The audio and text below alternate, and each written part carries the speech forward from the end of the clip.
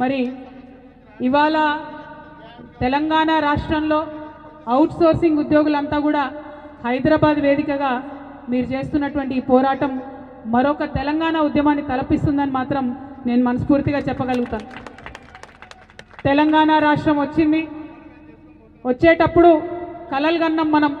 తెలంగాణ రాష్ట్రం వస్తే ఒక్కరు కూడా అవుట్ సోర్సింగ్ ఉద్యోగి ఉండరు, ఒక్కరు కూడా కాంట్రాక్ట్ ఉద్యోగి ఉండరు అనుకున్నాం. కానీ కొన్ని డిపార్ట్మెంట్లలో గమ్మత్ ఎట్లా జరిగిందంటే, రాష్ట్రం రాకముందు పర్మనెంట్ ఉద్యోగాలు ఉన్నోళ్ళు రాష్ట్రం వచ్చినాక కొంతమంది కాంట్రాక్ట్గా మారిండ్రు. ఫారెస్ట్ డిపార్ట్మెంట్లో బెస్ట్ ఎగ్జాంపుల్ అది.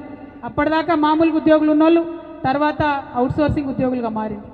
మరికొన్ని డిపార్ట్మెంట్స్లో చాలా మందిని తీసుకొని కంటిన్యూ చేసుకుంటూ వచ్చిన అవుట్ సోర్సింగ్.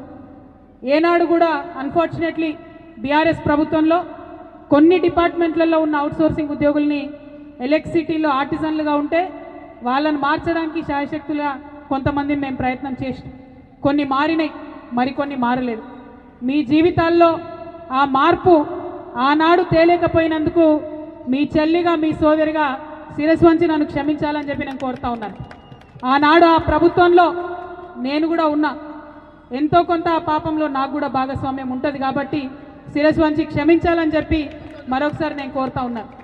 మరి బీఆర్ఎస్ పార్టీ అవుట్ సోర్సింగ్ ఉద్యోగుల్ని లెక్క చేస్తలేదు కాబట్టి తప్పకుండా వెంటబడి కాంగ్రెస్ పార్టీని గెలిపిస్తామని ఆనాడు అవుట్ సోర్సింగ్ ఉద్యోగులు డిక్లేర్ చేసి మరి గెలిపించారు.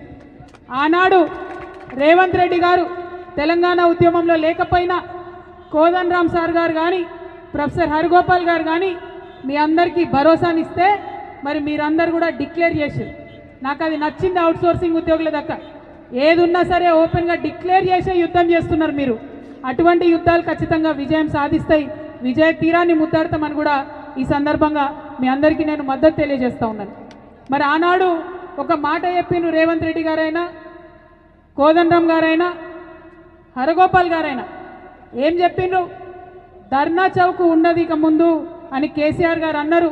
మేము వచ్చినాక ధర్నా చౌక్ ఇస్తామన్నారు. నేను చాలా గొప్పగా ప్రజాస్వామ్యబద్ధంగా ఆలోచిస్తున్నారు అనుకున్నా. కానీ ధర్నా చౌక్ ఇస్తాము, మీ ఇష్టం ఉన్నన్ని రోజులు ధర్నాలు చేసుకొని సావండి, మేము మాత్రం పని చేయమని చెప్పి కాంగ్రెస్ ప్రభుత్వం చెప్పినట్టుగా ఇప్పుడు అర్థమైనటువంటి సందర్భం. ఆనాడేమో ధర్నా చౌకే లేదు, అది ప్రజాస్వామ్య హక్కుల్ని కాలరాయడం చెప్పింది. ఇవాళ ధర్నా చౌక్ ఉన్నది, ఉండి ఏం లాభం అని నేను అడుగుతా ఉన్నా. ఎన్ని రోజులు ధర్నా చేయాలి, ఎన్నిసార్లు ధర్నా చేయాలి? మరి అట్లానే ధర్నా చౌక్ ఉంది కాబట్టి ధర్నాలు చేసుకోండి, సావండి, ఏమన్నా కాండి, మేము మాత్రం మరి ముందుకు వచ్చేది లేదు, మీ యొక్క డిమాండ్లను తీర్చేది లేదని ఇవాళ కాంగ్రెస్ ప్రభుత్వం చెప్పడం అన్యాయం. నిజంగా గత 2.5 సంవత్సరాలుగా మీరు చేస్తున్న పోరాటాన్ని గమనిస్తూనే ఉన్నాం, చూస్తూనే ఉన్నాం. మరి ఇవాళ మా లక్ష్మణ్, పులి లక్ష్మణ్ అంటే పులి లెక్కనే గర్జించింది. అయితే మరి బ్లడ్ తెలంగాణ బ్లడ్ కదా, మనం అంతకుముందు మిలియన్ మార్చ్ చేసిన బ్లడ్ కదా. ఇవాళ మనం 5 లక్షల మంది మీ అఫీషియల్గా ప్రభుత్వం లెక్క ప్రకారమే ఉన్నాం, అంటే 500,000 ఉన్నాం మనం. మిలియన్ మార్చి చేస్తే తెలంగాణ వచ్చింది. ఈ 500,000 మంది హైదరాబాద్ వీధులలో మార్చి చేస్తే చచ్చినట్టు మనకు కార్పొరేషన్ వస్తుంది. అట్లా మార్చి చేయడానికి దయచేసి ప్లాన్ చేయాలి. ఎందుకంటే సమస్యను గుర్తించడం ఒక లెక్క అయితే, దాన్ని ప్రశ్నించడం ఇంకో లెక్క అయితే, అది పరిష్కారం దొరికేంత వరకు కూడా ప్రయత్నం చేయడం నిజమైన తెలంగాణ బిడ్డ లక్షణం. దానికోసం మనం వెంటబడదాం. ఖచ్చితంగా మీ వెంట తెలంగాణ జాగృతి నడుస్తుంది. ఈ వేదిక మీద ఉన్నటువంటి పెద్దలందరూ కూడా మనసా వాచ కర్మ మీతో నడుస్తారు. మరి అవుట్ సోర్సింగ్ అనేటటువంటి ఈ మొత్తం వ్యవస్థలో ఎవరు లాభపడుతున్నారని ఒకసారి ఆలోచిస్తే తెలంగాణ యువకులకు ఏం లాభం లేదు. తెలంగాణ ప్రభుత్వం నుండి తెలంగాణ ప్రజలు ఏదైతే పన్నులు కట్టినటువంటి సొమ్ము ఉందో అది మధ్యలో కేవలం ఒక 900 మంది ఏజెన్సీలకు పోతున్నది. ఎంత ఘోరం అంటే 18% GST పోతున్నది. అయితే కేంద్ర ప్రభుత్వం ఇటువంటి ఏజెన్సీలకు GSTని 18 నుండి 5% తగ్గించింది. తగ్గించినా ఇప్పటి వరకు అది ఇంప్లిమెంటేషన్ అయితే లేదు. ఎందుకోసం అయితే లేదు?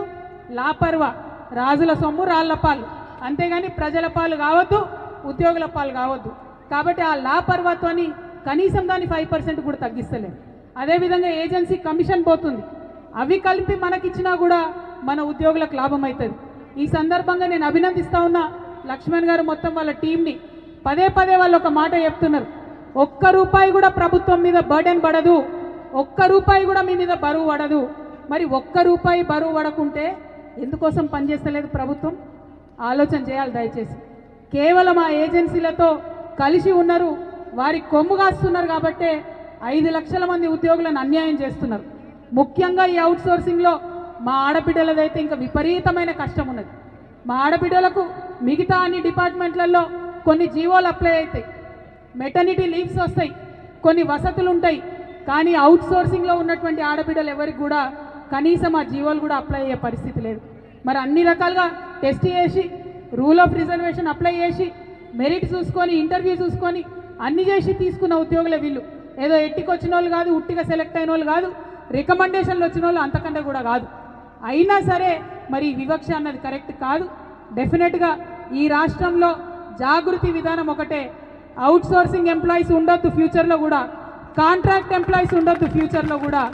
ప్రభుత్వం నుంచి ప్రభుత్వ శాఖలను పటిష్టం చేసేందుకు, ప్రజలకు ప్రభుత్వం యొక్క పరిపాలన ఫలాలు వారి గడప దగ్గరికి అందించడానికి ప్రభుత్వ ఉద్యోగాలు ఉండాలనేదే మా తెలంగాణ జాగృతి పాలసీ.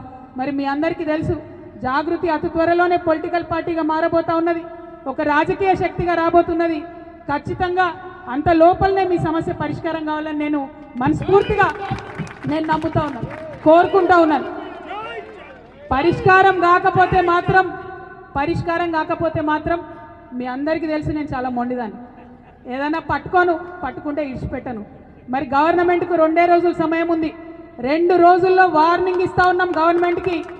ఈ 2 డేస్లో ఖచ్చితంగా ప్రతి డిపార్ట్మెంట్ నుండి జీవోలు రావాలి.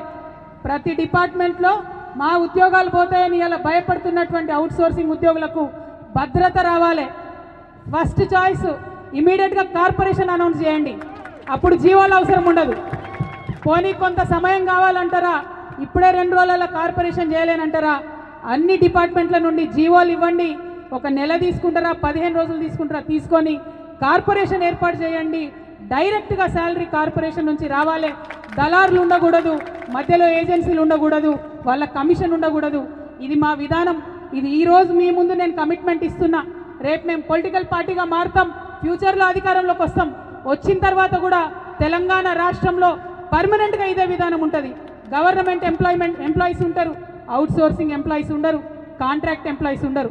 మీకు గుర్తుండొచ్చు, తెలుగుదేశం పార్టీ పెట్టిన పద్ధతి ఇది, కాంట్రాక్ట్ ఎంప్లాయీస్. అప్పుడు మనం జోకులు వేసుకునే తెలంగాణ వాళ్ళం. మరి ఎంప్లాయీస్ కాంట్రాక్ట్ ఉన్నారట, డ్రైవర్లు కాంట్రాక్ట్ ఉన్నారట, ఇక మరి మంత్రులు, ముఖ్యమంత్రులు కూడా కాంట్రాక్ట్ ఉంటే బాగుంటుంది అని అప్పుడు అనుకునేటోళ్ళం. కానీ అది జోకుల కాడికే అయిపోయింది. కానీ మన జీవితాల్లో మార్పు రాలేదు.